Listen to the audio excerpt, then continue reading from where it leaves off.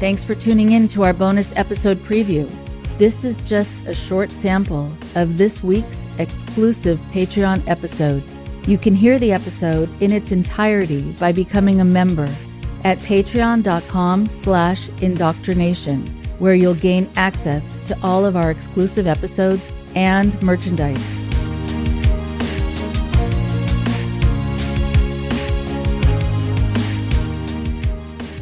Hello, everyone. Thank you so much for your support.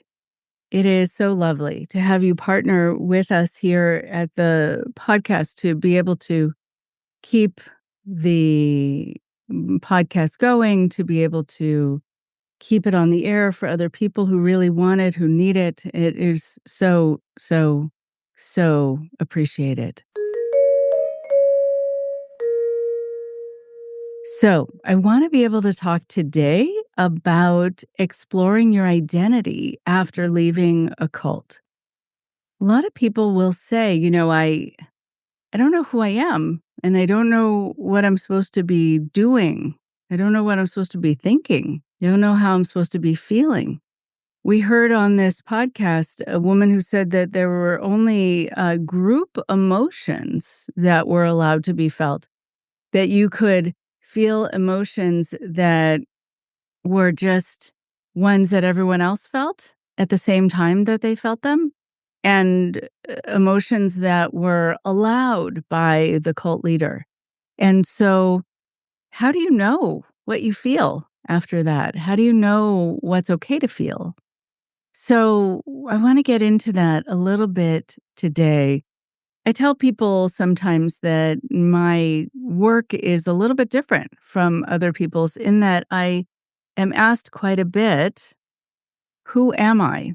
And this is not to say that that question isn't asked by other people in other therapy settings, but I'm asked this question quite a bit by people who have already been in their lives, sometimes for many decades, but are coming out of a situation where they were told what to think and what to feel. And not only that, but what their role was and what their level of value was, all of it. So how do you know who you are? And how do you start to also feel comfortable with who you are and feeling like who you are is okay? So because of this indoctrination process that people have been through, they've had to suppress their authentic selves, who they really are, and they have had to take on a certain identity. Sometimes people will feel the need to kind of merge those identities after they leave. Other times they want to just discard who they were before, and in the hope that they can just really emerge from this chrysalis and become this new them.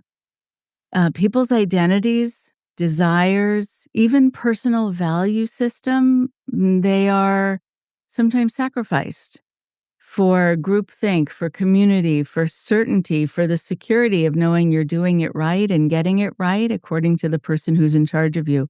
But what happens, though, when you leave these relationships and you leave these cults?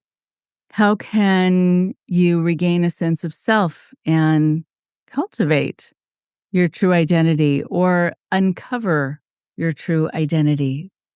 This is something important to talk about after we define what identity is. Identity is a complex and multifaceted concept. It encompasses the characteristics, values, beliefs, and experiences that define who you are. It can give you a sense of self. It can also give you a sense of community. Once you have a sense of who you are, then you can connect with other people who are of like mind or who have similar value system or belief system. And it helps us understand our place in the world and also how we relate to others. Like people who said that their identity was to recruit, to missionize.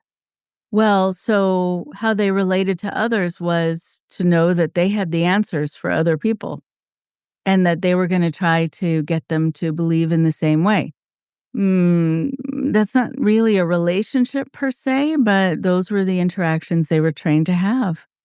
And that's what they thought interactions were for. So it's different for so many people who have had so many different experiences.